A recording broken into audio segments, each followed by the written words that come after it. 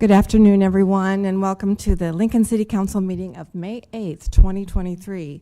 In accordance with LB 898, please be advised that a copy of the Open Meetings Act is posted at the back of the chamber by the northwest door. Let us all please rise for the Pledge of Allegiance, followed by a brief period of silent meditation. I pledge allegiance to the flag of the United States of America and to the republic for which it stands, one nation, under God, indivisible, with liberty and justice for all.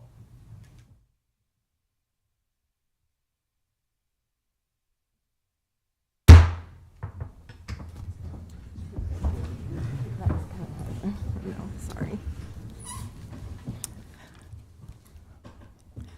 The order of business of the Lincoln City Council is as follows. The clerk will call the items listed on the agenda. Under public hearing, anyone wishing to speak on an item should come forward after the clerk reads that item.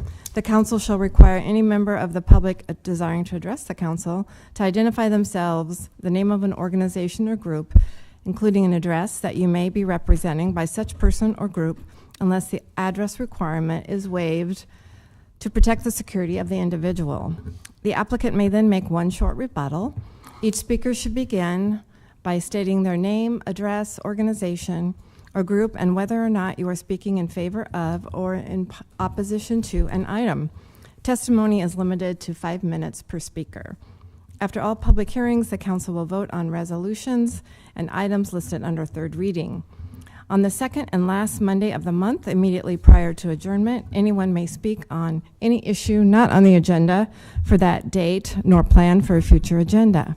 Before we start our council meeting, we have 2 council members to honor today that are participating in their last meeting as council members. So we're going to take a moment just to recognize and thank them for their service to the Lincoln City Council. And first, I'd like to recognize Councilman Richard McGinnis. And we're going to give you an opportunity to say a few words, Councilman, but I just want to say on behalf of the council, thank you so much for your service these past 4 years. You were chair during the height of COVID, for one thing, and those were really challenging times for all of us. They were uncharted waters, and we had a lot of very, very late meetings, and they were not easy ones all the time, but you stayed the course, you led us, and we so appreciate everything you did during COVID. We know also you led and were on the Lincoln Board of Education for many years, and we appreciate all your service to the community. I know I personally sought your advice on many issues as chair of the council for the past year, and on many development projects in our city, because you were my go-to guy oftentimes on those projects. So I want to thank you for that as well. We know that you and your family have made many sacrifices these past 4 years, and for that we thank you. But we know that you have family and a business and grandchildren waiting for you, and to use your time a little bit differently moving forward. So without further ado, could you come forward for this presentation, please? This plaque says, presented to Richard McGinnis with gratitude for your commitment and dedication on the Lincoln City Council 2019 to 2023.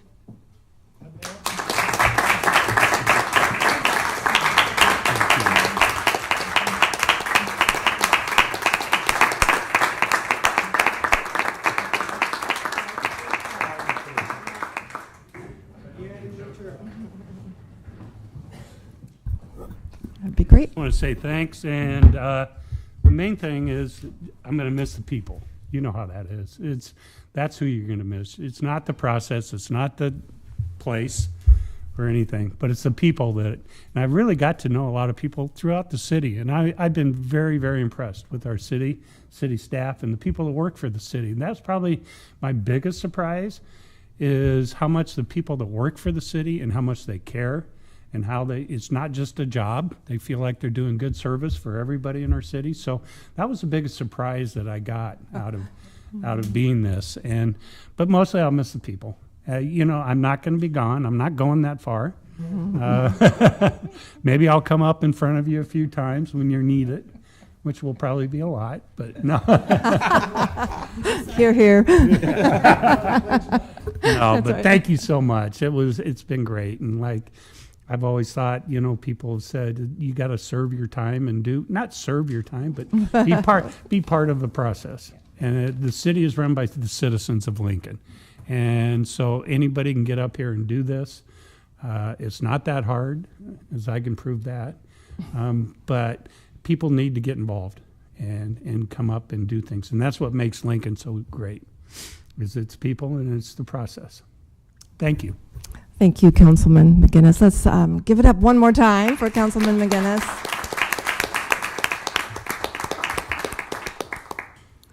The second colleague we want to thank wholeheartedly and serve for her service the last several months is Councilwoman Michelle Suarez. We so appreciate you stepping up when asked, or as some would say, stepping into it. But you have served so gracefully and so well, and you have brought so much experience and grace and dignity to the council these past few months, and we know that you have researched and shown up at all the meetings in the community, and you've worked very, very hard alongside with us, and not the first time in the community that you've done so.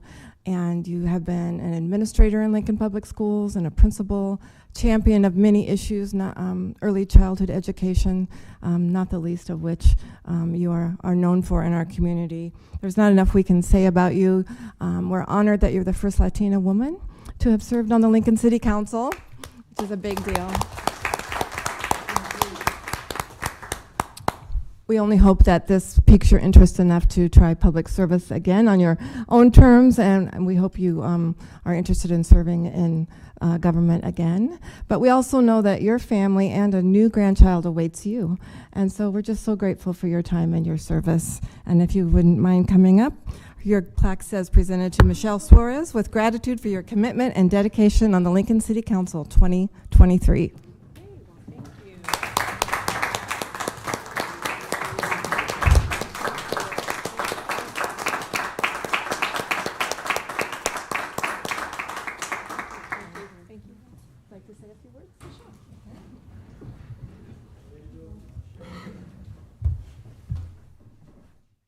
First of all, thank you. I just want to let the community know, and I think they do know, but the work that the City Council does is such important work. It's not an easy job, and I just want to thank you for all the work that you have been doing, again, for years. When I first joined the City Council 4 months ago, I said, you've been doing this for years, and I just appreciate all the work that you've done. I've had the opportunity to get to know the outstanding members of the City Council. I feel like they're friends now, each and every one of you. And I've also had a chance to get to know the city staff. And I know that we're in such good hands because of all the amazing talent that we have within the city. It's both staff and city council and our mayor. And so it's just been an honor for me to be a small part of it. And it's also been a pleasure. So thank you so much. Thank you again, Councilwoman. Would any of the council like to address either Councilman McGinnis or Councilman Suarez? Councilman Beckius. Feels like one. It is not a roast, Richard. Just wanted to express my heartfelt gratitude and thanks to the both of you. The city of Lincoln has been made immeasurably better because of your service, and both of you have, as Council Chair Ward mentioned, other experiences, be it service or career, impacting education in our community. But we surely appreciate, of course, all of the work that you've done, helping to move our city forward. And like Councilman McGinnis stated, it's the people that you end up missing, and both of you will be very missed. And it was a pleasure to work with both of you. Thank you. Thank you. Thank you, Councilman. Anyone else? Councilwoman Washington? Thank you. I'm going to make my remarks very short. It's been a pleasure serving with you, Mr. McGinnis. And I know you can hear the laugh in my voice when I say that. And it's not because it's not because you're funny. It's because you find a way to add a perspective that we don't have all the time on the table, and I appreciate that. And you keep me on my toes because you will pass me notes in the middle of a meeting, and I have to split my focus to read your note and stay focused on the matter at hand. But thank you very much for that. And Councilwoman Suarez, thank you so much for throwing your hat into the ring. You know, we get better in Lincoln when we have a diversity of perspective and opinion at the dais. Diversity comes in all ways. And so I really want to thank the both of you for providing a different perspective and providing your insight, your intelligence, and your commitment to Lincoln here in our proceedings. Thank you so very much, and the best of luck to you with grandbabies and everything else that you're going to do in the next chapter. Thank you, Councilwoman. Anyone else? Councilman Bowers. I'll start with Councilwoman Suarez. I was so excited when you joined the council because I felt like we could just speak the same language, given our backgrounds in education and given our backgrounds in just working with people. It's been an honor to serve with you, and I really do hope that you continue public service, and I can't wait to see the amazing things that you'll do.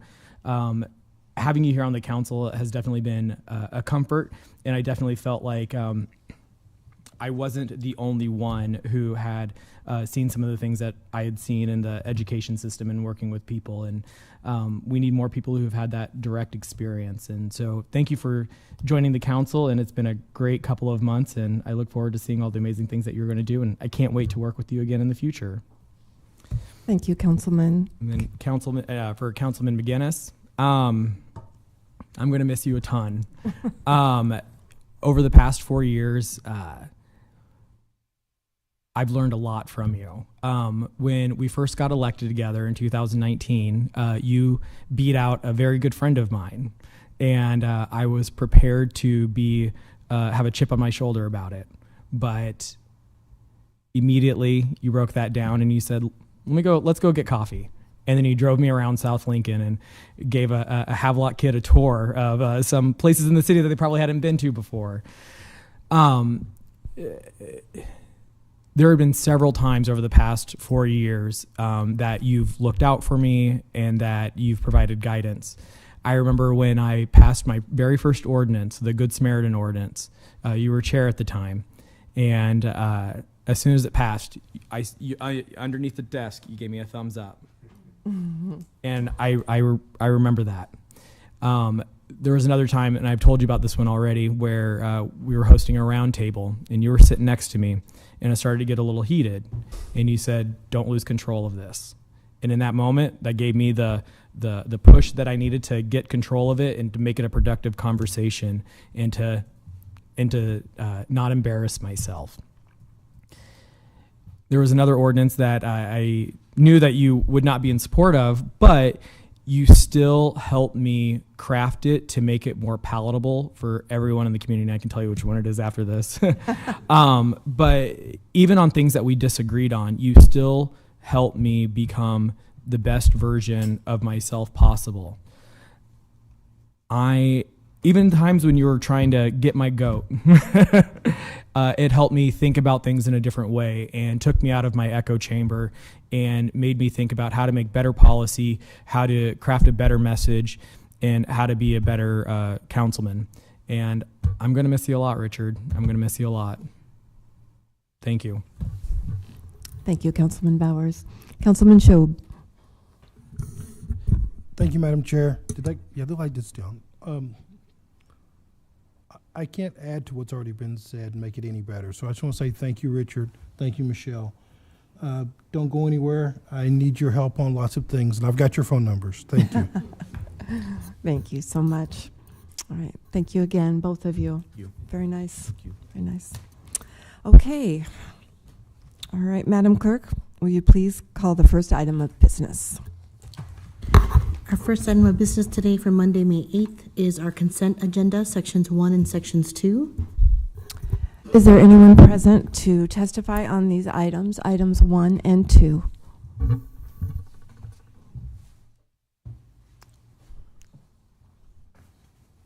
Welcome. Good afternoon, Council Chair Ward, council members. My name is Ryan Weber. and I am Director at Lincoln City Libraries. And it is my pleasure today to introduce to you the candidate for Library Board to fill a term, Morgan Gertheisen. I can tell you that Morgan comes highly recommended by the Administration Committee and the full Library Board. They approved Morgan at their meeting on April 18th. Morgan is a lifelong Lincoln resident, a lifelong library patron, Yay. and she has she has served recently as a member of the One Book, One Lincoln Selection Committee. If approved today, Morgan would begin her term immediately with a board meeting next week. Oh, I'd like to introduce Morgan. Hi, everybody. I'm Morgan Gertheisen. As Ryan mentioned, I'm lifelong born and raised Lincolnite. I did a short stint in Eagle, Nebraska, but still always had a library card. I love our library system here in Lincoln. I'm just excited to be a part of it. I know how important our libraries are to the community. As I told the board in the interview, I know our libraries are so much more than just books, so I'm looking forward to joining the board and helping advance the library system here in Lincoln. Thank you so much, Morgan, for being here and for applying, and you as well, Ryan. Are there questions or comments for our applicant? We're just excited to have you. Thank you. Thank you very much. Thank you. Anyone else present to testify on these items? Items 1 and 2 on the consent agenda. Items 1 and 2. All right, seeing none, we can move on, Madam Clerk. We can now vote on our consent agenda. Item 1A is approving Morgan Gertheisen to the Library Board for a term to expire September 19th, 2029, introduced by Beckius. So moved. Seconded by Washington. Further discussion? Seeing none, please call the vote. Beckius, Yes. Bowers, Yes. McGinnis, Yes. Schob, Yes. Suarez, Yes. Washington, Yes. Ward. Yes. Motion carried 7-0.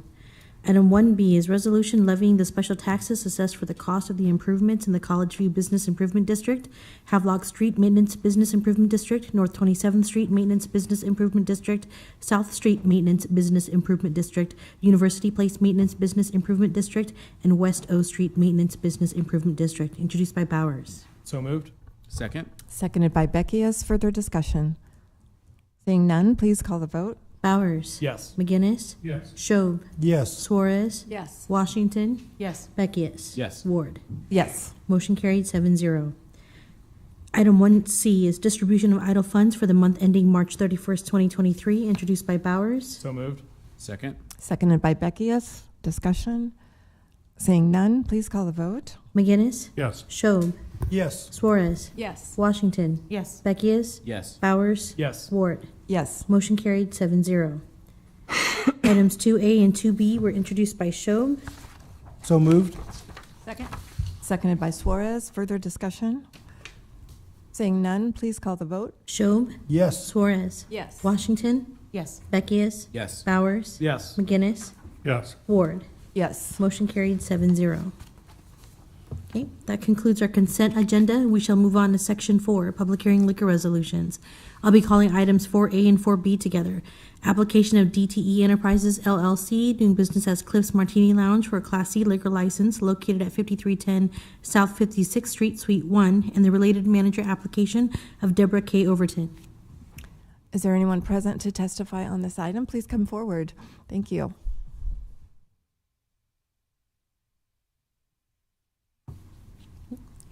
Please raise your right hand.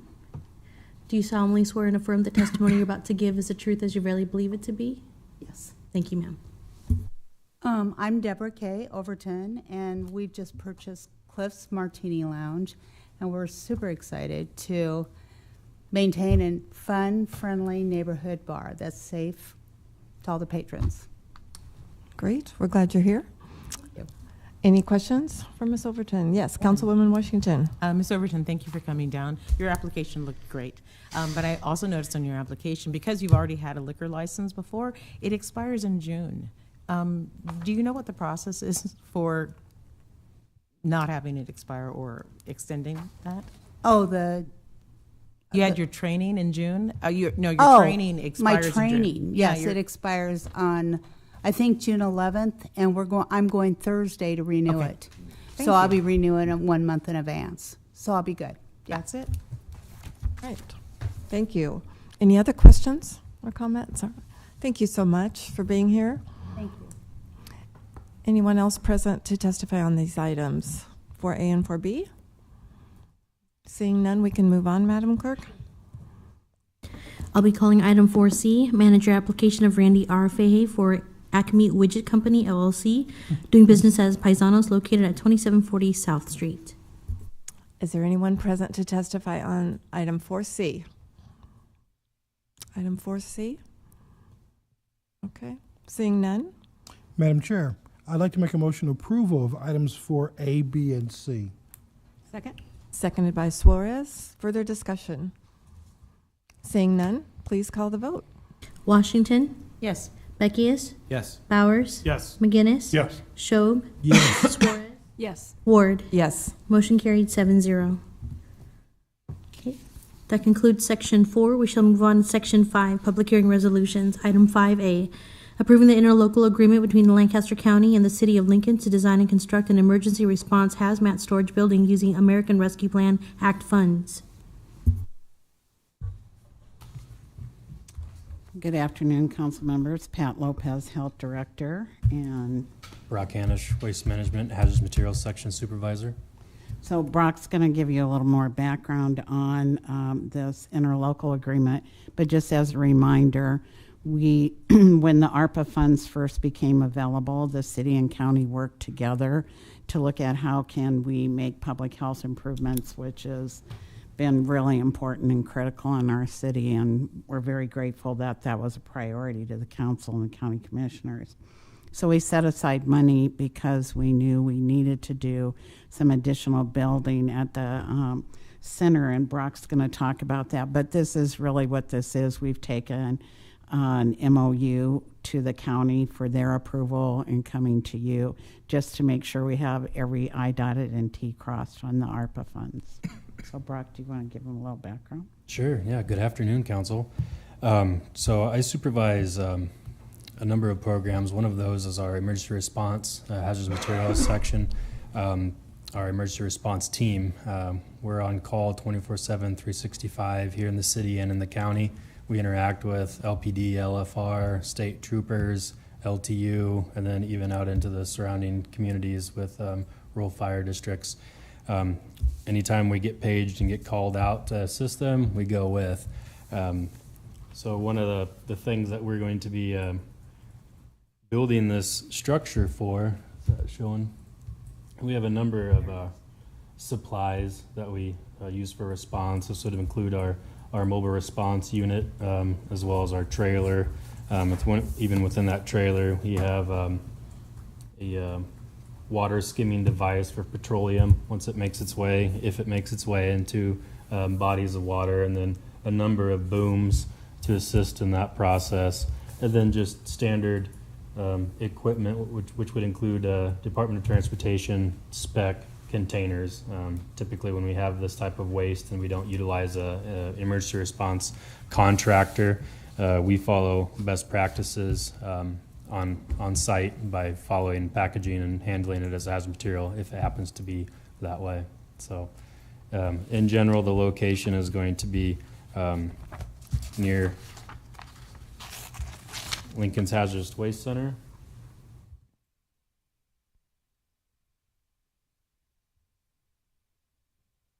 There it's shown. So this is the transfer station up here. This is Lancaster County, City of Lincoln's Hazardous Waste Center, and this is the proposed site for this emergency response garage structure. So any questions, I'll be happy to answer.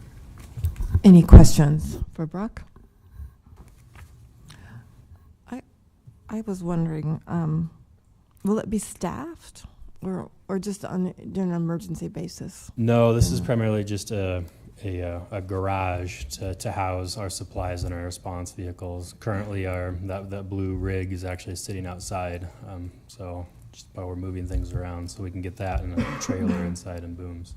Okay. And to add to that, Councilwoman Ward, we had to replace the chassis on one of our rigs, and just the outside weather, so we're thinking this will be a longer purpose, and we were able to use ARPA funds to do that. I mean, the vehicle is, almost 20 years old, isn't it, Rock? Yeah, so we've been able to get that taken care of.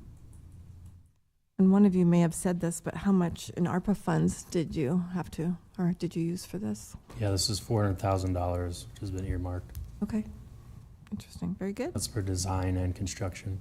Okay. Councilman Madam Cho. Chair, I know you Yes. did call for questions, and I thought of one after you started. Yes. How soon will construction start, and when will you be able to park inside? So the engineering firm that they're ready and waiting for the contract to move forward once we get the interlocal signed. And then as far as construction goes, it's within the year, barring any issues that might arise. For the next batch of winter weather? See. Thank you. Thank you, Madam Chair, for letting me Yeah, chime in. thank you. late. Any other questions, comments? All right. Thank you both you. very much. All right. Anyone else present to comment on this item? Item 5A. Item 5A. Anyone else? Okay. Seeing none, Madam Clerk, we can move on. I'll be calling item 5B, approving a resolution to end the declared state of emergency for COVID-19 in the city of Lincoln. Good afternoon. I just wanted to give you an update. We are still recommending we move forward. We know that we still have COVID occurring in our community and around the world, but we are at a different place in time. We're going to continue to be able to offer vaccine to residents in the community, testing, and also medication should they need them. And again, through the council and the county commissioners, we've been able to set aside $1.5 million to assist in meeting unmet needs in the community. And should there be an increase in those needs, we would come back and let you know. The risk dial will be removed from the website. If we have a large outbreak or something changes in the community, we can reinstitute that. The dashboard data will include wastewater cases, deaths, and vaccinations, as well as testing. Hospitalizations will be reported by CDC, and we'll have a link on our website on the dashboard to that. And there'll be a description. Early in the fall, we'll plan on having other respiratory illnesses and communicable diseases on a dashboard for the community to be able to monitor for themselves. And we'll continue working with the hospitals just as we have in the past with our cultural centers. We're continuing that work on an ongoing basis, our houses of worship and our pharmacies and long-term cares. The city website will have a link to the health department for COVID-related information, and I'm assuming the county will be doing the same. And we still have our nurse online. People can call in, and we always have somebody available. We're still waiting for CDC to give us the standing orders to give that vaccine doses for 65 and older and the immunocompromised. I know some of the pharmacies are giving it. Sometimes we get asked questions about that, but other pharmacies are also waiting for that standing order. So we'll alert the community. Thank you, Director Lopez. Are there questions for Director? Comments at all?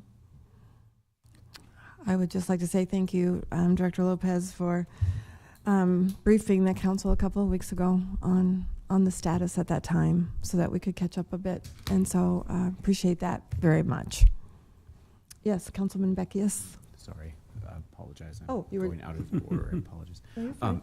Director Lopez, today marks a change in the COVID-19 emergency, at least from a declared state of emergency for the city of Lincoln. And just wanted to express my thanks to you and your staff and other city staff as well, as they worked through something that I'm sure you'd hoped you'd never seen in your lifetime. And the response has been nothing short of amazing. And I just wanted to personally take the time to thank you through this process.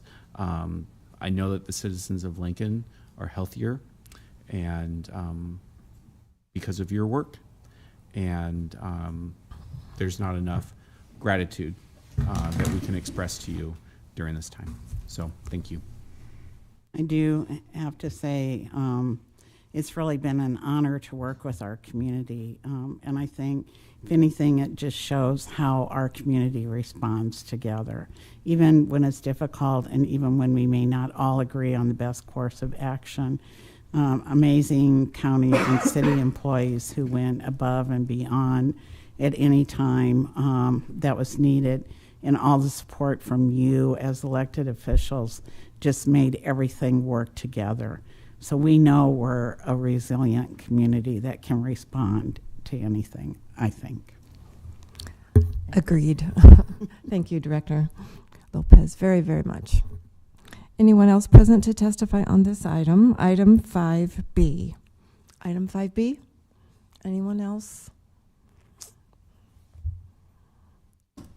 How have you been? Good to see you. Good to be here. Been a while. Roy Helm, I identify with the pronouns of he and him. I reside at 2750 South 13th Street, which is on Oto, Missouri land, and I'm unarmed. I know it's a little early, but I just want to make that clear.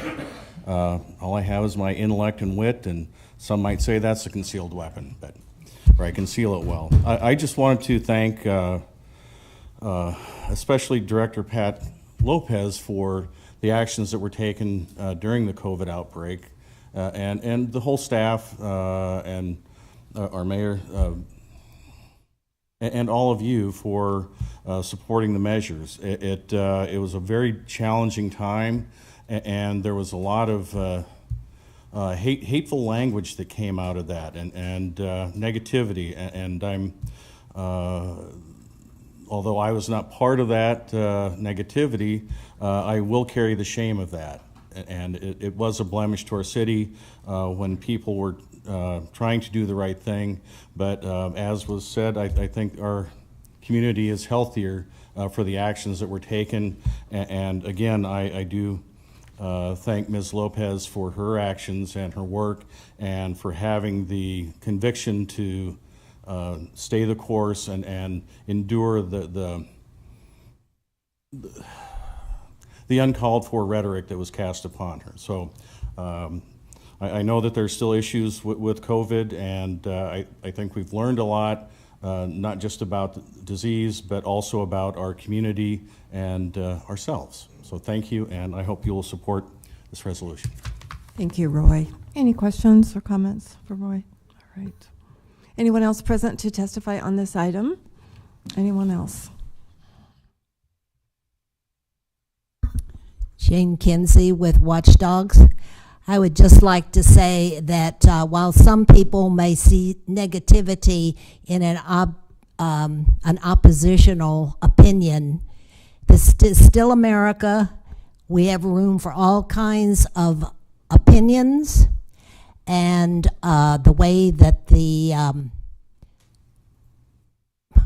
health department handled that in this city was not under the approval of many people in the United States or in Lincoln, Nebraska. So I would appreciate openness to different viewpoints, which is not always available in this city. Thank you, Ms. Kinsey. Anyone else present to testify on this item? Anyone else? All right. Seeing none, Madam Clerk, we can move on. We can now vote on these items. Item 5A is approving the interlocal agreement between Lancaster County and the City of Lincoln to design and construct an emergency response hazmat storage building using American Rescue Plan Act funds, introduced by Beckius. So moved. Second. Seconded by McGinnis. Further discussion? Seeing none, please call the vote. McGinnis, Yes. Schob, Yes. Suarez, Yes. Washington, Yes. Beckius, Yes. Bowers, Yes. Ward. Yes. Motion carried 7-0. Item 5B is approving a resolution to end the declared state of emergency for COVID-19 in the City of Lincoln, introduced by Beckius. So moved. Second? Seconded by Washington. Further discussion? Seeing none, please call the vote. Schob, Yes. Suarez, Yes. Washington, Yes. Beckius, Yes. Bowers, Yes. McGinnis, Yes. Ward. Yes. Motion carried 7-0. That concludes section 5, our public hearing resolutions. That's also the end of our public hearing for resolutions only. Next is section 6, resolution action only. Item 6A is a resolution expressing the intent for a final property tax request of no more than $92,369,588 for the city's 2023-24 fiscal year. Introduced by McGinnis. So moved. Second? Seconded by Beckius. Further discussion? Councilman McGinnis. Just real quick, we had most of the discussion at the previous meeting, but I would still like to see this be passed, even though I know it's non-binding for future council members. I think it's important to kind of put out there in a way, saying to our community that we won't be looking forward to doing a full asking of the new taxes or the new valuations that were put on. And I still think it comes down to affordability, because hate to say it, but it's the people living paycheck to paycheck that are going to have to pay more. And it's going to be harder for them to make these payments. Few of us probably won't notice a whole lot of difference, but there will be a large segment of our population that will notice a difference when even homeowners, when their escrow payments go up and others. So I think this is something that we need. It'd be nice that if we just put it out there that our intentions won't be to fully take advantage of the new tax valuations, which are on an average over 20% per property in the increase. And I was just running some quick numbers, and I could be wrong. I don't see Sherry here. She knows all the numbers. But if we did take advantage of a 20% increase in our taxable asking, we'd be looking at over $218 million instead of $192 million. And that'd be removing another $26 million out of the pockets of the city of Lincoln. Which I think right now and in the near future, I think the citizens of Lincoln need the money as much, or probably even more so than the city needs it. So that's why I want to go forward. I'm willing to go ahead, and this ordinance still allows us to have a 6% increase. And then when it comes to budget time, those of you that are still up here can make that decision at that time if they want the 6% or even lower, if possible. But I think it's a good way for us to put out there a note that maybe some of these people will calm down a little bit and not worry about having to pay a large tax bill in the future. Thank you. Councilman McGinnis, other comments? Councilwoman Suarez. Well, I appreciate your resolution, Councilperson McGinnis. I do agree that the mill levy should be reduced, and that we need to live within a budgetary process. I believe that we do have a process in place that serves the public well, and I trust that the current and incoming council members will make the appropriate decisions for future needs, with or without this resolution. Thank you. Anyone else? Any other comments? Councilman Shob. Pick me. I wrote up a lot of things. I got this really long, like 3-page thing I was going to read about history and condemned to repeat it, and about George Bush Sr. saying no new taxes one time and how that didn't work out the way he thought it would work out. My lips. Yes, that one. And he was responding to a pledge from Grover Nordquist to cut taxes. This is not a pledge. This is a non-binding resolution. But we also have a city ordinance, 3.06.07, that requires us to set a levy sufficient to reach the budget. And this is the biennium budget. There are very strict rules on what we can do and what we can accept. I agree with you that 20% is a large increase in property values. And I do appreciate your offer for 6% or something like that, or 6% or lower, as you said. And I think it's just a little early in the process for us to say, let's lock this number in at something. I do appreciate it, and I think we as elected officials in a representative government are hearing from the public, and we will do what's best for the city and the residents of our community. Thank you, Madam Chair. Thank you. Other comments? Questions? All right. Seeing none, Madam Clerk, let's please call the vote. Suarez, No. Washington, No. Beckius, No. Bowers, No. McGinnis, Yes. Schob, No. Ward. Yes. Motion lost, 2-5. Thank you, everyone. All right. Thank we you for can putting it move on our radar. Thank you for It that. was good to have people here to talk about it a little bit ahead of time. That concludes section 6 of our agenda. We shall now move on to section 7, public hearing ordinances, second reading and related resolutions. Item 7A is approving a real estate sales agreement between the City of Lincoln and EADO LLC for the sale of city-owned property generally located at Antelope Valley Parkway and N Street. Good afternoon, Dan Marvin, Urban Development, 555 South 10th Street. Do any of you remember N Street Drive-In?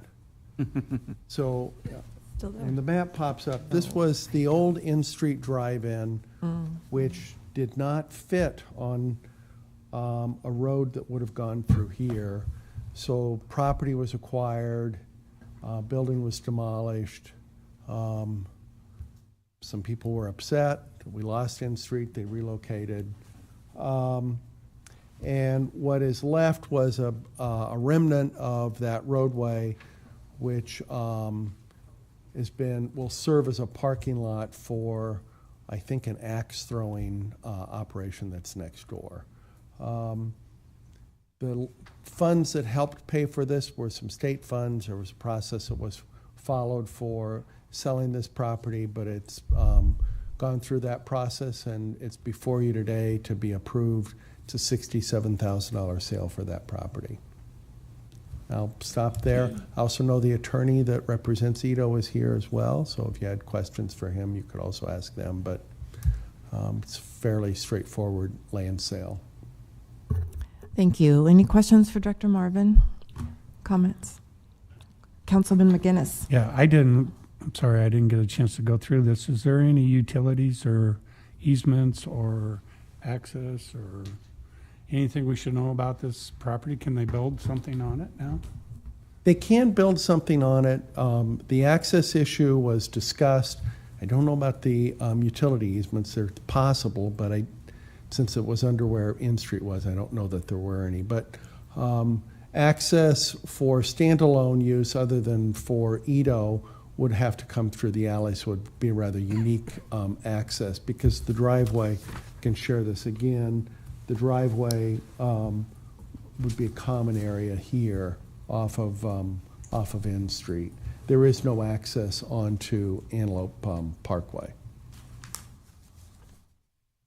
Okay. Other questions? Oh, sorry. Other quick thing, I Yes. remember that alley access off the alley, because that's where you went and picked up your kegs. Oh, From the back okay. end of- Why would you remember that?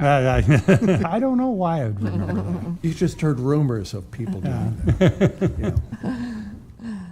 Good to know. Other questions? Comments? Okay. Thank you, Director Marvin. Thank you. Anyone else present to testify on this item?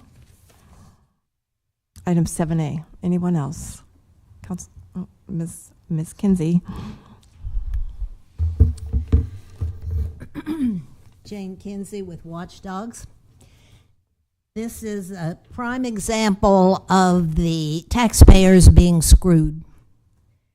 Number one, the sale is for $67,000. Go and look on the assessment, and you'll find out that it's worth $105,400. So the taxpayers need to pay heed to this. The good old boy system is alive and well in Lincoln, as we have stated before. Number two, this is a brownfield area. Now, the city likes to say that they can remediate that. Nobody can guarantee that. In spite of what the government of the city and of the country says. We don't know what will happen in the future. Youth, children, and babies who are even more susceptible to body damage from toxic substances will be playing, will be walking. Families will be having fun, games, picnics. And this is a brownfield. It puts the city at risk for lawsuits. You already have some lawsuits on the books waiting from the protests that happened down here. How much more can you take? The word today was that people run the city. No, they don't run the city. They do the elections, and then the city runs itself by the people who are elected. How many times do people come and speak to the council, speak to the mayor, and systems are changed? Decisions are changed? No, it doesn't happen. Democrats and Republicans are both guilty of this. What we need is strong, independent people who are able to stand up for their viewpoints. There are no facts. There are just viewpoints. I don't know if you're familiar with Plato's cave, but we're all dealing with opinions. The real facts are beyond us. So viewpoints need to be examined, and for us to stand up for what we believe. So this is something that the mayor wants to say is wonderful. The feds are in trouble with money, and yet it's the federal government that gave money for COVID is buying part of this, or is financing part of this.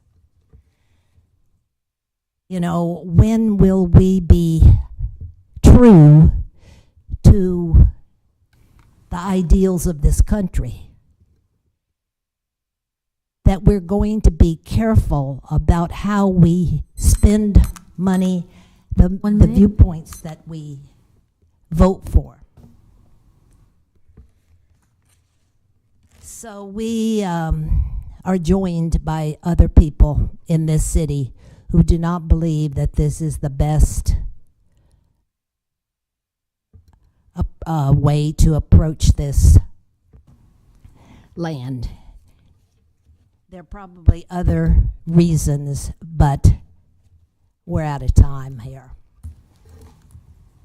Thank you, Ms. Kinsey. Anyone else present that would like to testify on this item?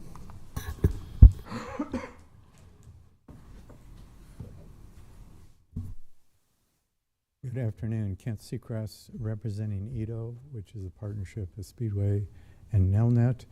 A couple things. First of all, as part of our due diligence, we conducted environmental investigation.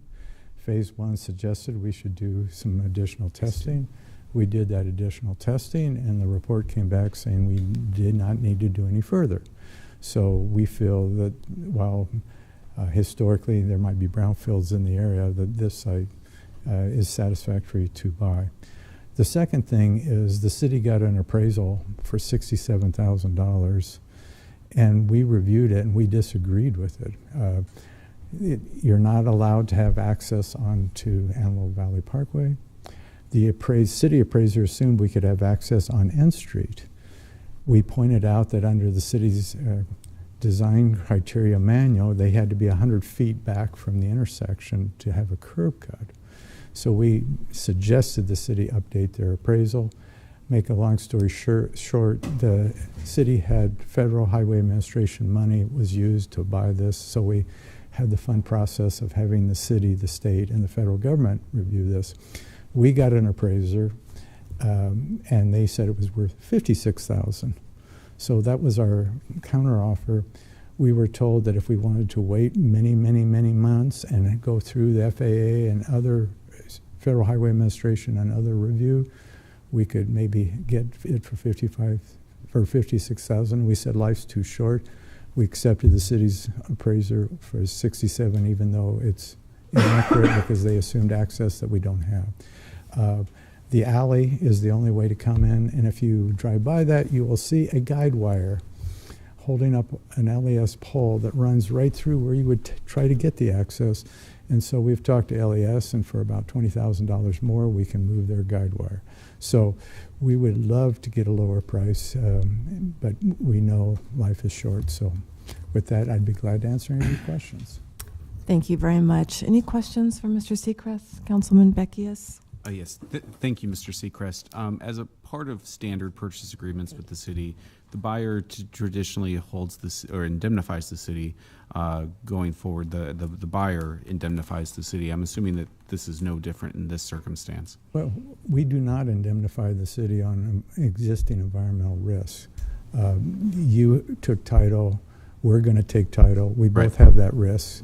Right. But we've done our due diligence to know that there isn't a pollution problem. I assume you did too as part of Antelope Valley, because we sure did a lot of environmental assessment.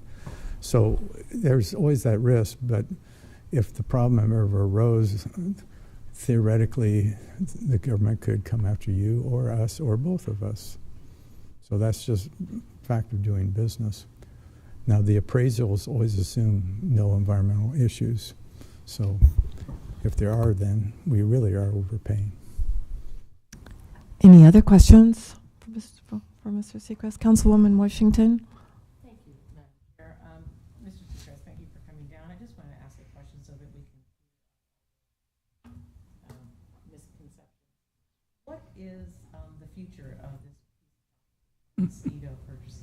Well, right now, I think it is an axe throwing facility, but we're seeing a lot of change. This is right across the street from the Telegraph District, which, if you remember what that used to look like 5 years ago or 4 years ago, a massive, massive change.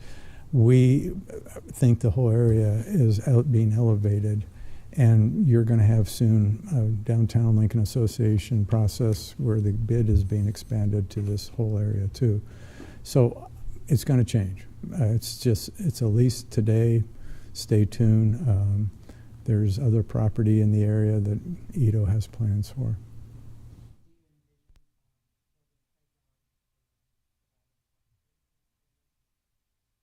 To the best of my knowledge, the city's not talked to us or asked for that type of facility. They do have, Antelope Park and the Lewis Fields there, but Union Plaza is close by, but nobody's asked us. And this goes through, this went through surplus property, and nobody from the governmental side seemed to want this parcel either.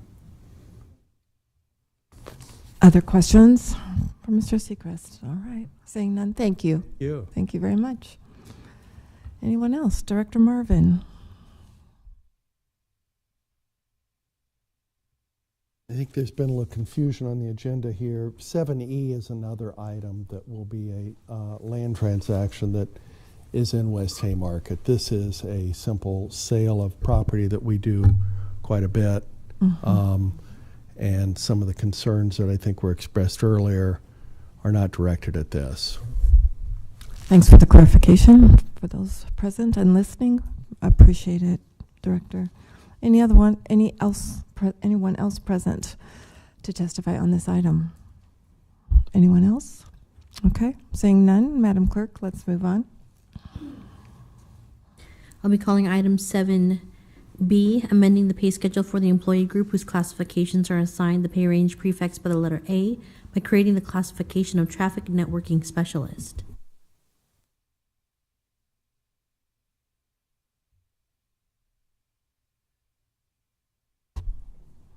Welcome, Director McIntyre. Hello, How are you this afternoon? Barb McIntyre, 555 South 10th Street. This is to reflect a request from Transportation and Utilities.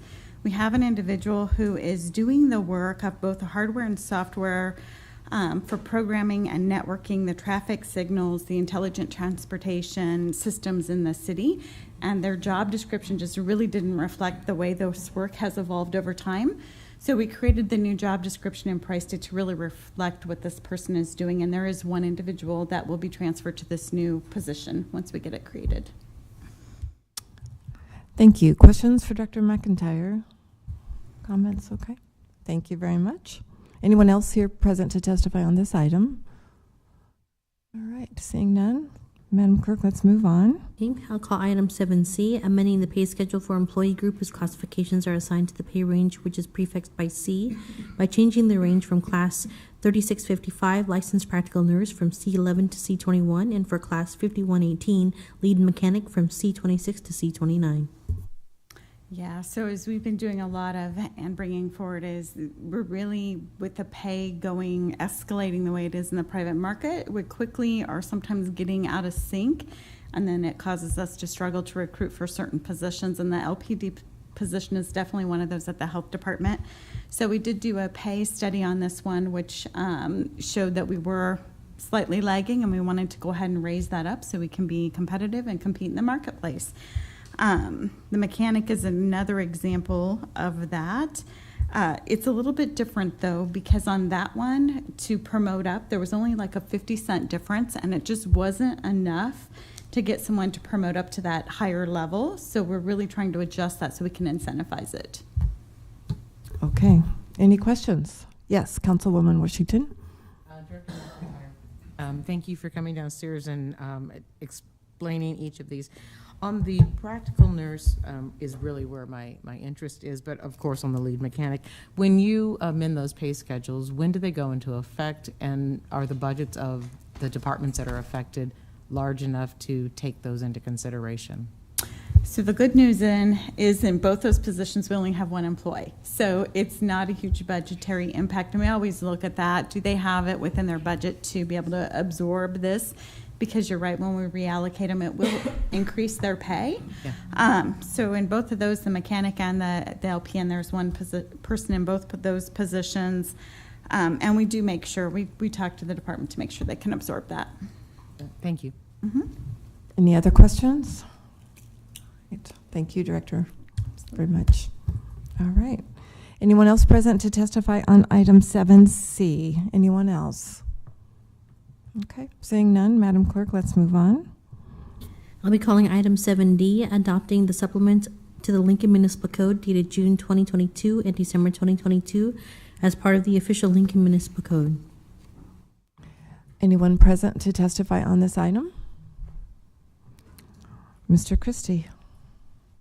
Yes, good afternoon. Yohansi Christie, City Attorney, 555 South 10th. This is just our office updating the code, and it's put it into its written format. There are still individuals that will use the actual books.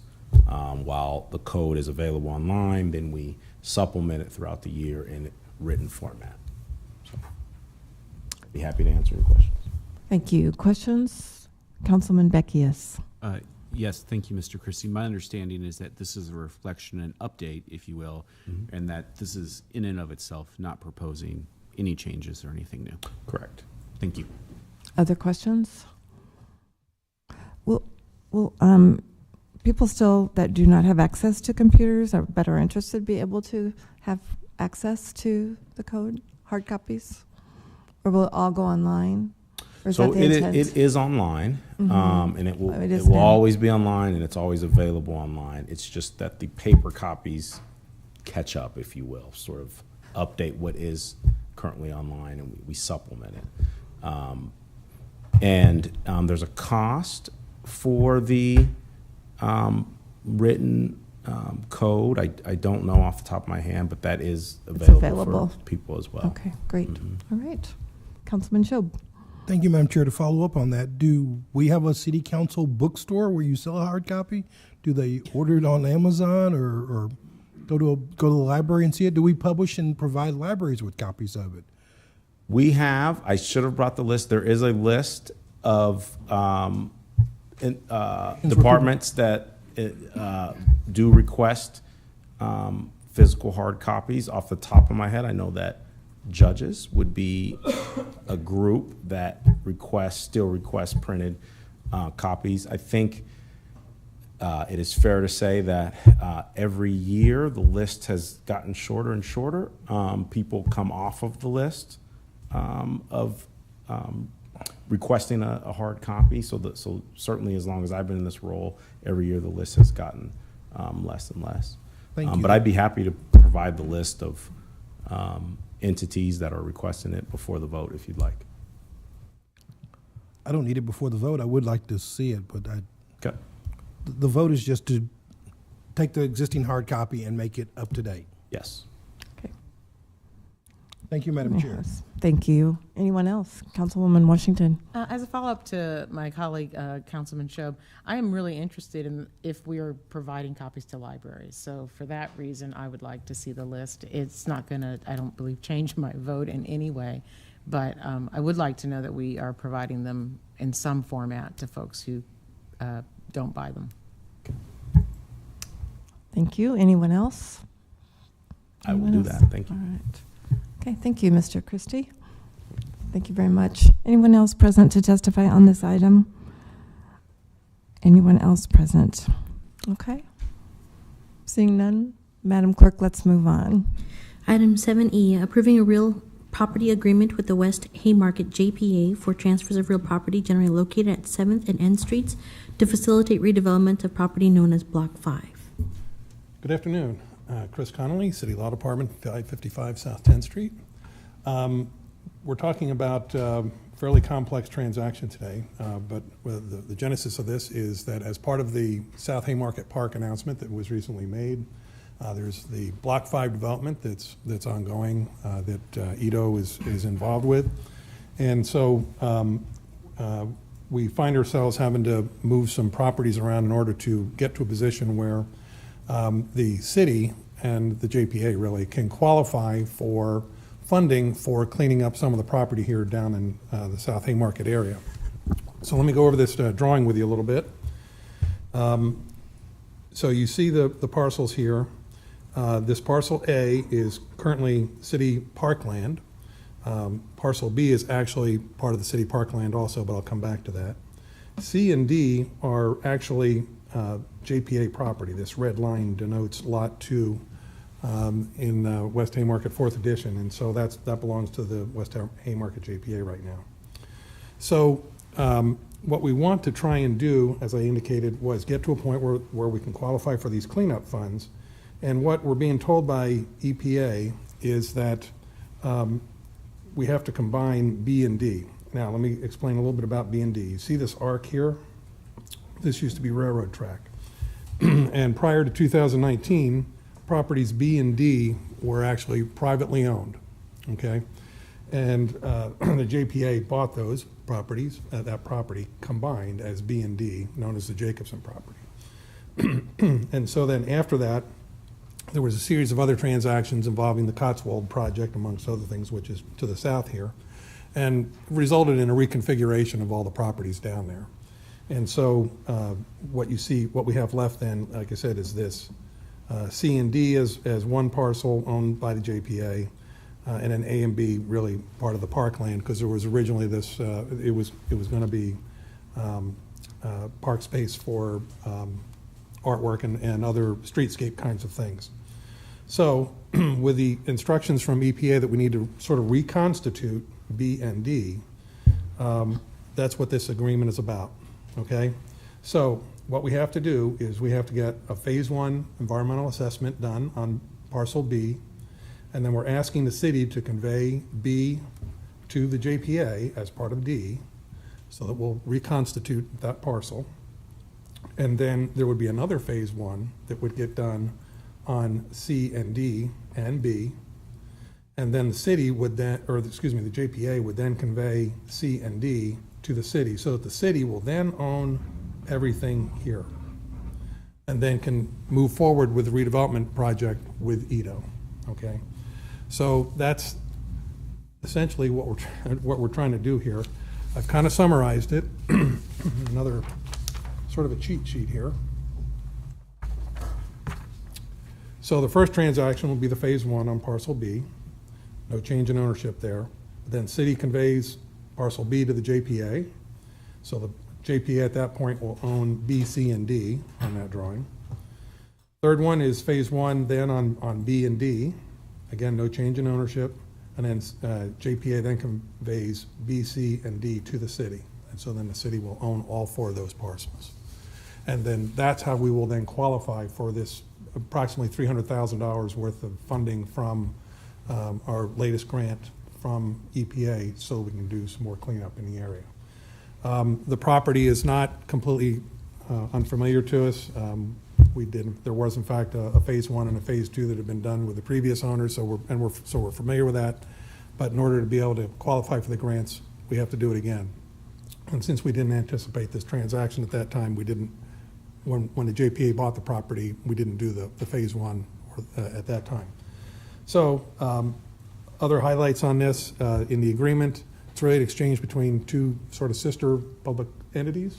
The city will then negotiate the price for the property ultimately with the developer. But the JPA has approval over the final price because most of the property, of course, is going to be owned by the JPA. So there is no transaction of cash at this time, but there will be when it goes to the developer. So that's sort of this transaction in a nutshell, but I'll be happy to entertain questions if you have any. Thank you very much, Mr. Connolly. Are there questions? Councilwoman Washington? I have, I think I only have one question. It has to do with conveyance and sort of the order of the tasks that you laid out, Mr. Connolly. So is there a, when phase 1 is done on parcel B, is there, is that a requisite before it's moved on? Does it have to pass phase 1 and not need a phase 2 before it moves on? Well, no, we just need to get the phase 1 done. Okay. And then we can do the conveyance.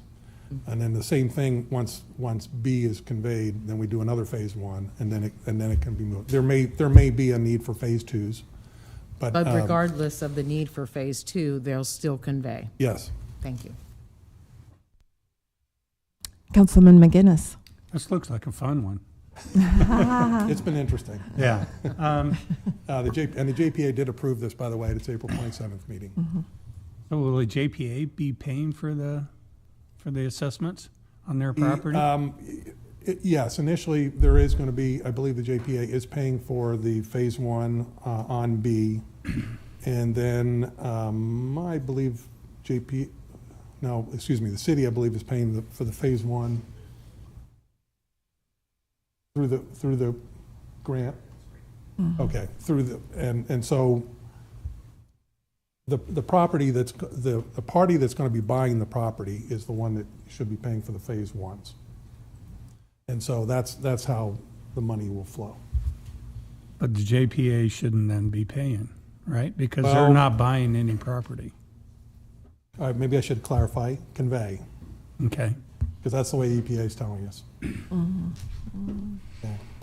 Okay. We're working off of their instructions on this. Any other questions? All right. I just want to thank you, Chris, because this is the 3rd time that I've heard that presentation. It is complicated. It is. Because I had a briefing on the phone, and then we had a great briefing at JPA where we did pass it, and today, and it's starting to sink in. So thank you because for working through that, because it is a complicated project. So my gratitude. So with that, if there are no further questions, we will move on. Thank you again very much. Anyone else present to testify on this item? Anyone else? Okay. Seeing none, Madam Clerk, let's move on. I'll be calling item 7F, amending the vendor trucks ordinance governing vendor trucks in the public roadways of the city. Thank you. Well, I'll kick it off. How about, is that okay with you, Ms. Salem? All right, so here we are again. Last but not least, food truck vendor license, we hope for the last time. I first want to start by thanking Hallie Salem, Dan Marvin, urban development staff, the law department, Johansi Christie. This has been a long time coming, but I think we're here. And I did some reflecting. Last night I pulled out my file, and I'm kind of a newspaper print person, so I know that makes my peers laugh sometime, but we started this actually in the fall of 2019, but I pulled out the newspaper article. I just have 4 headlines to humor you with. January 30th, 2020, the headline front page says, "Food trucks can hit the streets in downtown." January 30th, 2020. And then on February 1st, 2020, Margaret's not even here to hear this. It was before her time. Front page, big article, big photo of Muchachos. Food trucks zones unveiled, February 2020. And then we all know what happened in March. There's postponed the food truck pilot program that was, was to bring trucks onto downtown streets in April, has been postponed. But then, I skipped one, but on February 5th, 2020, food truck plans add flavor to the city. It was an editorial. There she is in the Lincoln Journal. So it's been a journey. And so I appreciate everybody's patience and mostly the hard work of city staff to get us here today. So I did distribute a summary put together. Thank you to Johansi Christie for that. What this ordinance does, and we'll let Hallie do the deep dive. But it hasn't changed a great deal, but it does incorporate things we learned in the pilot program last fall and winter. And it's an extension of how we can have food trucks operate in our neighborhoods, which was addressed a couple of years ago, so that they have 4 hours to come to your neighborhood. And before that time, they had 20 or 30 minutes. I can't remember, but it was too short of time. And the permitting process was updated. And I'm being remiss. I have not thanked Sony and the city clerk's office through the pilot program. They did a great deal, and we were all learning. But they were the boots on the ground and the interface, as was Wayne Mixdorf. So thank you, Sony and Wayne, and all of the staff in your departments for the hard work, as well as Nick Maestas, Muchachos. I need to mention the Nebraska Restaurant Association has been the whole time fully on board. They've seen this ordinance and support it today. And we're not in competition with Lincoln's existing restaurants. It's a good partnership. This ordinance says a food vendor cannot park within 300 feet of an existing restaurant without their written permission. So we see it as a partnership, and looking forward to see how that works as we move forward. So that's sort of an overview, and with that, I would ask Hallie Salem to please come forward and tell us the real bones of what's in the bill. Thank you, Hallie. council members. Hallie Salem, Urban Development Department, 555 South 10th Street. I first want to start off by thanking you, Councilperson Ward, for championing this effort over the course of the years. As many of you know, we started talking about this, I want to say it was 15 years ago. It's been a long time in the making, and we really needed a champion of this, and so thank you for being that champion for the vendor trucks. And I'd like to also thank all the vendor trucks that signed up for the pilot. I think we learned a lot from that registration process. City Clerk's office made changes based on what happened through that registration process. So I appreciate Sony and Brandy and all the work that they did on that. And then I think we learned a lot about the reservation process too, and Wayne was able to change what he did and his staff did to reserve locations, and just generally learned what locations worked, what didn't, and how we move forward with identifying locations too. So we have more work to do on that end, and we'll continue working on that. But really, this ordinance talks about a couple of, three major things, as well as the permit. So the three, I think, major things are the ready to eat. It takes the definition of what ready to eat is from the state and memorializes that within the ordinance, basically requiring that it's food that doesn't require any additional cooking, washing, baking in order to consume. You can consume it with a fork. And then allows food trucks to operate in designated parking areas in the B3 and the B4 zoning districts, as determined by the Director of Urban Development or a designee. So, breaking that down a little bit further, food truck operators can reserve a location through the Urban Development Department. They must reserve the spot with 2 business day notice, at least 2 business day notice prior to vending. We had some complications in trying to rush the meter hooding out there, so we appreciate that amount of notice to get staff out there, because we don't have a lot of staff that actually does that. There's a $10 meter hooding fee associated with each meter, and that, as you mentioned, it cannot be within 300 feet of a bricks and mortar restaurant. So if there is a request for an additional location that isn't being advertised for reservation, we just have to do some additional work to identify whether or not that can be another location for a food truck vendor. So I think we're open to ideas there. And then the next thing is operating in a residential neighborhood. It was 10 minutes that they could stand, and now it will be up to 4 hours only if the adjacent resident allows that. So nobody can just stop for 4 hours on a residential street hoping to vend to the neighborhood kids. We have to have some work with the adjacent owner.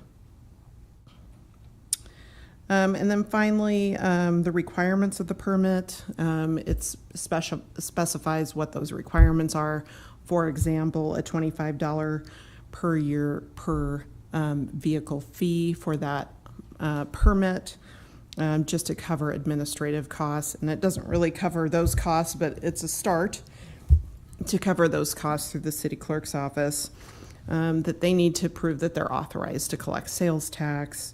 This does remove background checks. That's a complicated process that we had in place for vendor carts as well, and trying to get every owner and operator to have a background check prior to operation is extremely complicated.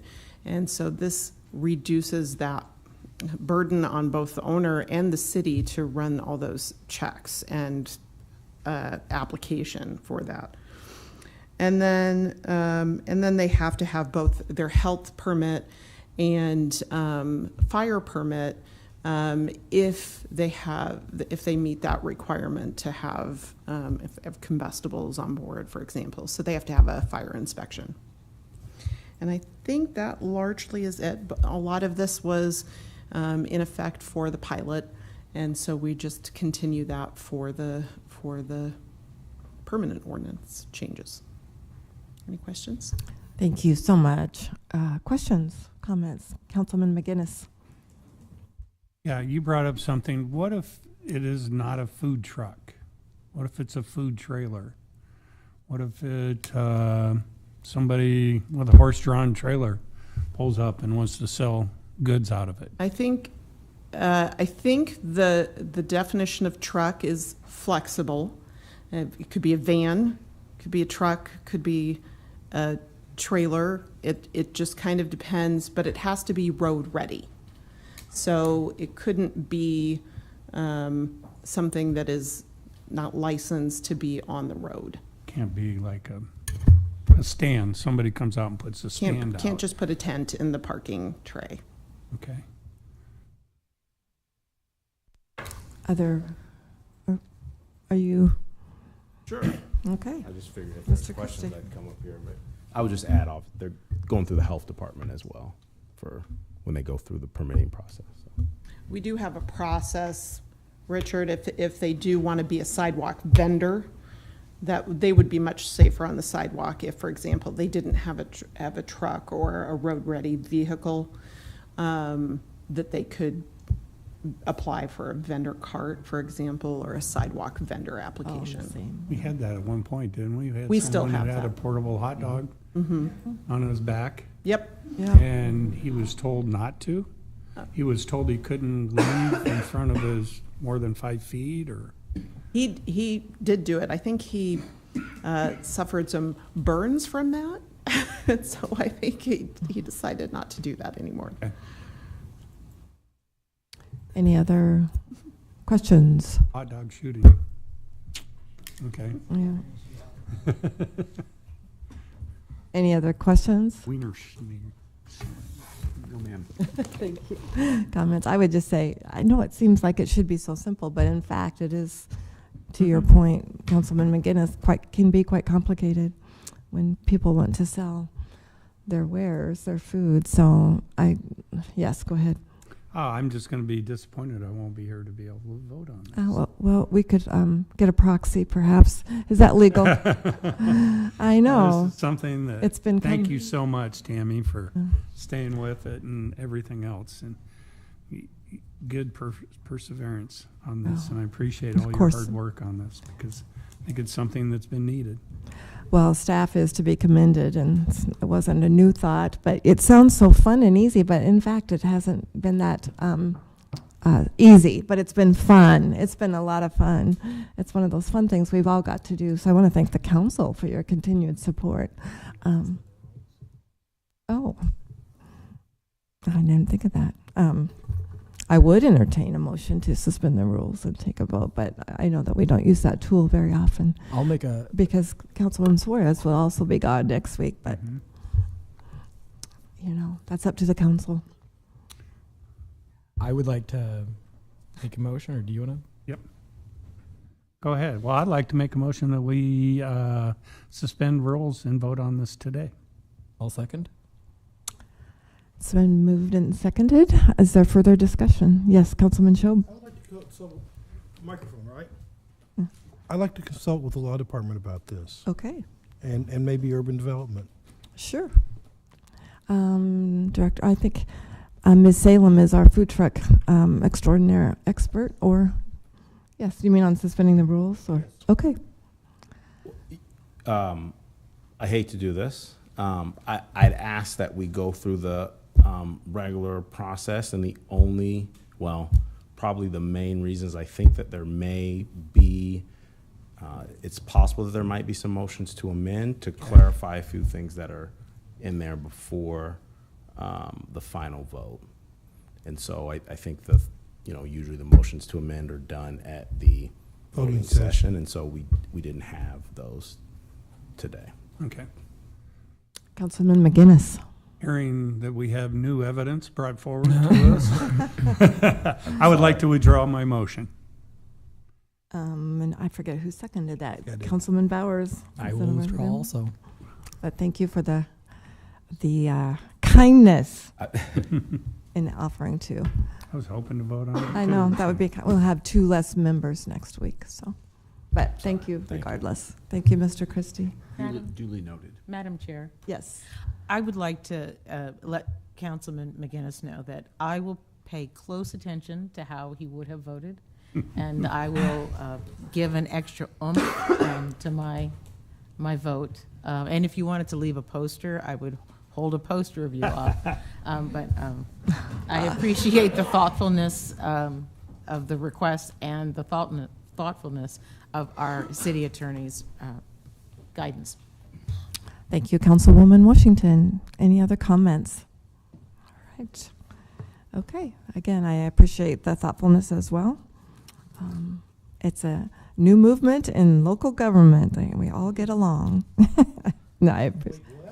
What? Pardon? Okay. Yes. Anyone else? Please come forward. Yes. Good to see you.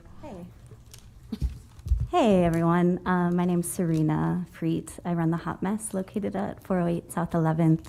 I too am really excited about this ordinance for a variety of reasons, and also I've had the pleasure of talking with Hallie a little bit more about it.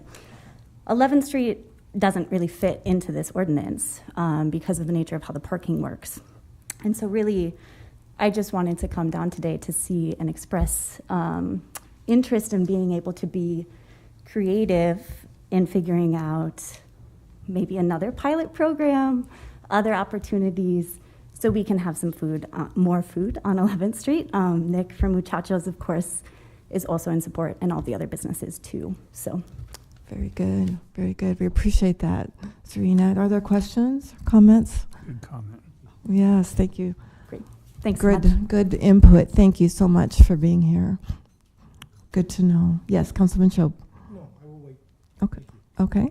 Thank you very much, Madam Chair. Yes. Anyone else? Council comments? All right. Madam Clerk, we can move on. Yes, Council Opes, Ms. Kinsey. Jen Kinsey with Watchdogs. At the risk of giving another viewpoint, food trucks have nothing bad about them. They're popular all over the country, but you put a knife in the back of a stable restaurant, the more power that you give a food truck. It's always been difficult for downtown restaurants to make it. And this is just another nail in their coffins.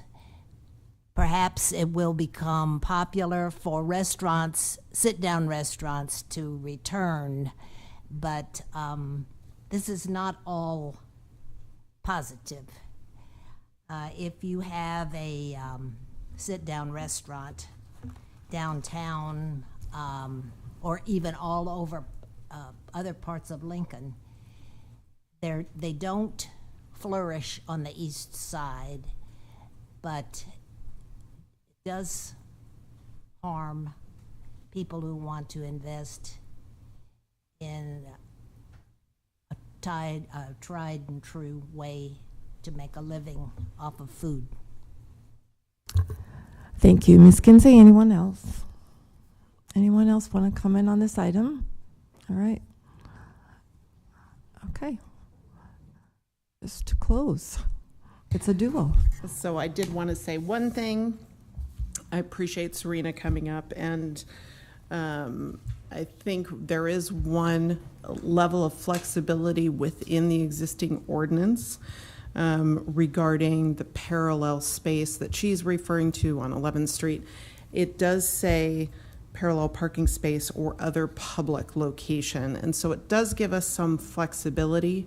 There's some complication with the east side of 11th, but I think we're still open to figuring out the best way to accommodate, I think, her request to allow for some vendor trucks on 11th Street. So we're going to continue to work on that for 11th Street.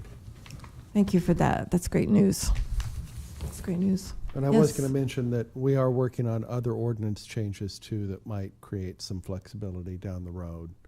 I did want to just get up and say this might be my last time to be able to thank you, Councilperson Ward, for championing this, and I wanted to appreciate your efforts here.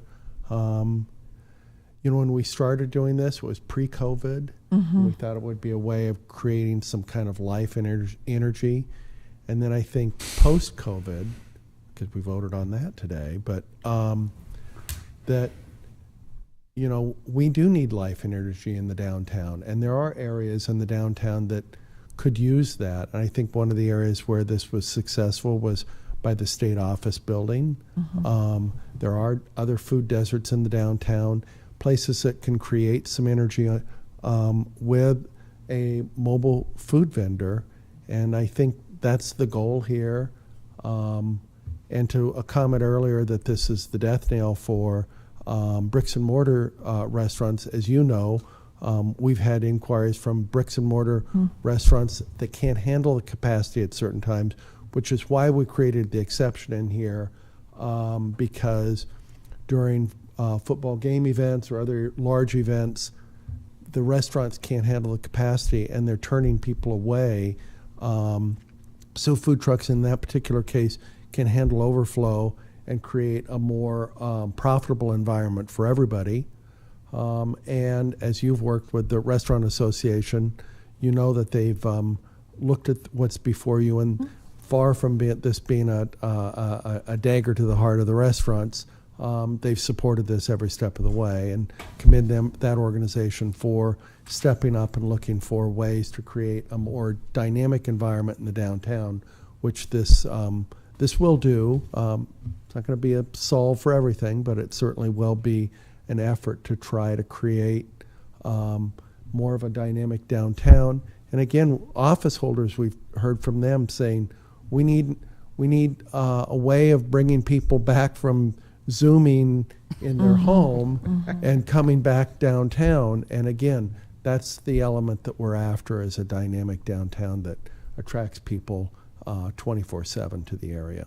So thank you again for your efforts. Thank you very much. It's been a team effort, and it has been fun. You did the hard work. If I had a great captain, though. Well, it's all been good. It's all good. It is fun. Thank you so much for that. And I do think it's a fun, great idea. And we'll bring a lot of vitality and a lot of good, fast lunches for the working crowd. So with that, is there anyone else that would like to testify on this item? Okay. We can move on, Madam Clerk. That concludes section 7 of our agenda. We shall now move on to section 8, ordinances, third reading and related resolutions.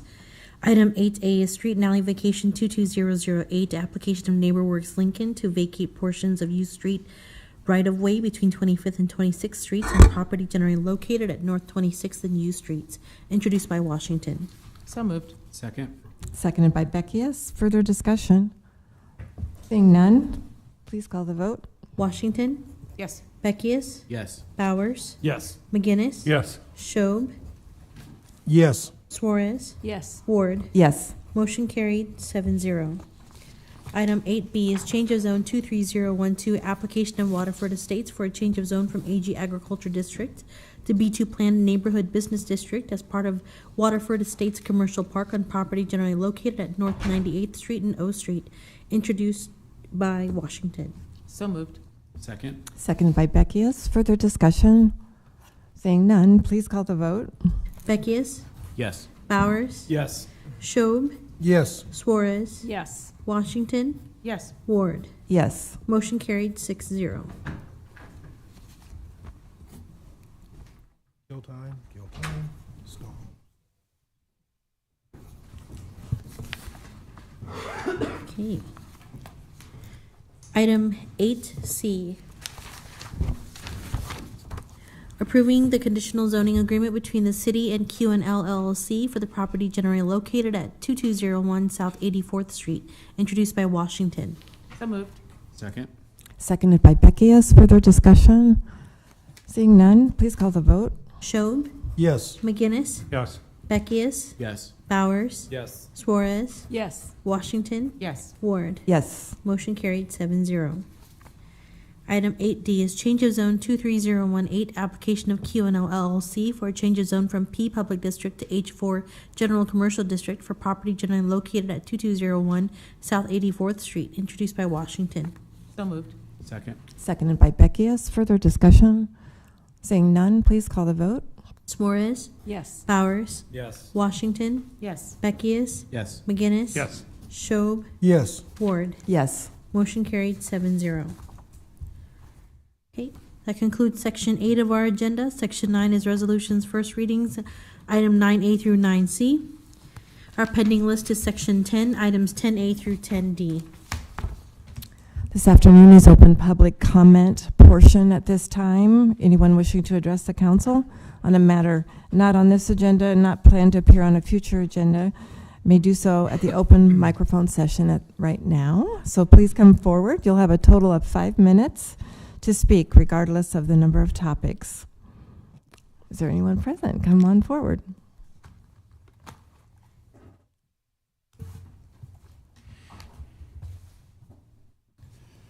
Good afternoon, Roy Helm.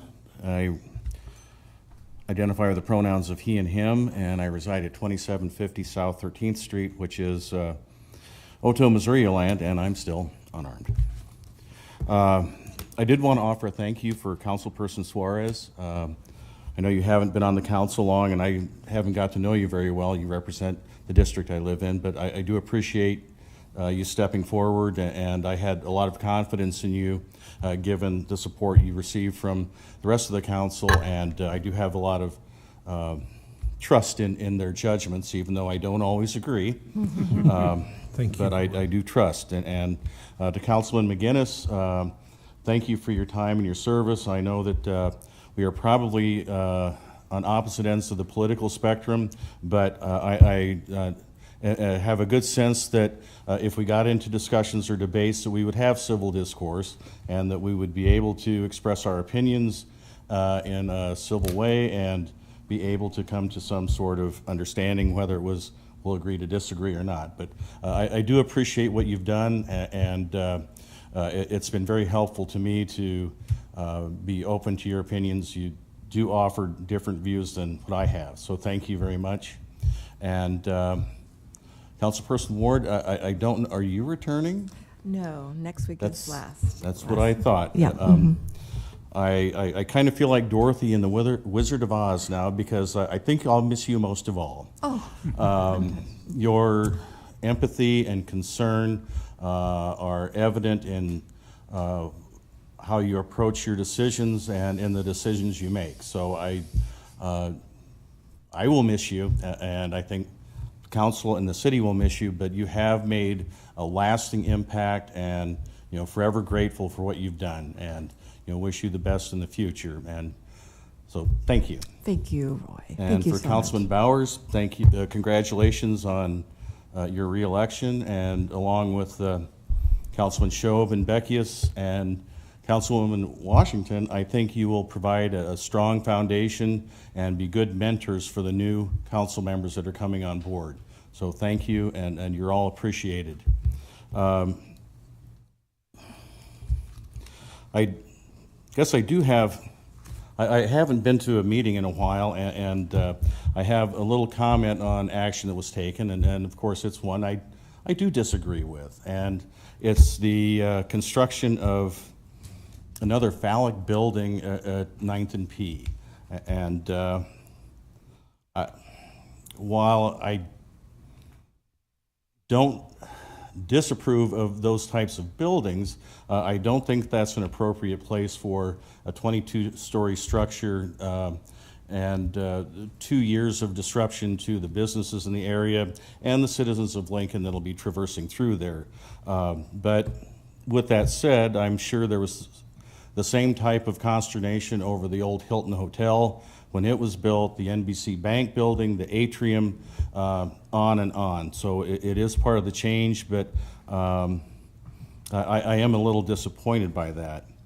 But what I am very happy about and able to report is the progress on the Rudge Park redevelopment. It is nice to see that that is finally happening. Although right now, with the lack of rain, it seems more like a monument to the Dust Bowl of our descent, because it's a big dirt hole. But it's looking nice, and I'm looking forward to the continuation through Irving Park as well. So with that, I just wanted to leave with a quote from a folk singer, a storyteller, Todd Snyder. And it's just a very brief part of a song, but he says, life's too short to worry, and life's too long to hate. So let's carry that with you, and thank you all, and hope you can get out and enjoy this beautiful day. Thank you. Thank you very much, Roy, for being here. Anyone else present that would like to address the council, please come forward. You have 5 minutes. Yes. Good I evening. might have your issue. I'm Rosina Paolini, 1850 Dakota Street. Thanks. I'm glad you get out of the office. That's awesome. we know each other from other paths, so I was so glad to see that you were the one that got to take the seat. You're real, like you live it and you see it every day. Bless you. Will he mentor me? I do appreciate different perspectives, and I do find that if we can come to the middle on something, then we can grow. And sometimes it's just having a deep enough conversation to be able to do that. For you who were not at the Asian Cultural Fair, you missed a lion dance that cannot be repeated. On a more serious note, though, we're in a new climate. Thank you very much to all of you. And I think about the Planning Commission and the responsibilities they're given for an appointed position, and the fact that we only address land use. And I see how by the time it comes to you all, it's really not just a zoning change, right? And if we actually accounted and took into more of the policy, the things in the plan, the comprehensive plan, at that stage, we might have less disagreement by the time it gets to you. I understand the Planning Commission is an appointed group that is probably already overwhelmed because we've had a huge growth of Lincoln, maybe not number-wise, but certainly geographically. So then I question, is that role changing for them to the point where maybe we need to look at what that role is, what we address with the Planning Commission, and how we move forward, both with communication. I listened to your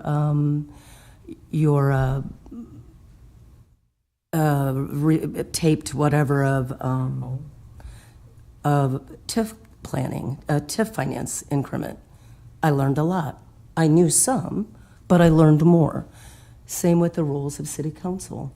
Maybe that's even with, what are the roles of Planning Commission, so that both the city, who are invested in standing up here and having a voice, and can have a more informed voice, may be able to guide what takes place with the Planning Commission.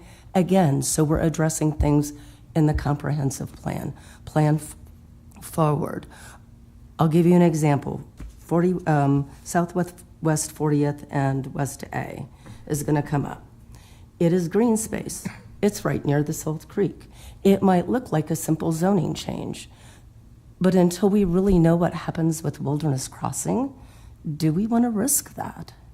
We're in maps that are outdated, a creek that, as I've shown you pictures, by law of displacement will not hold the water it did during the last flood.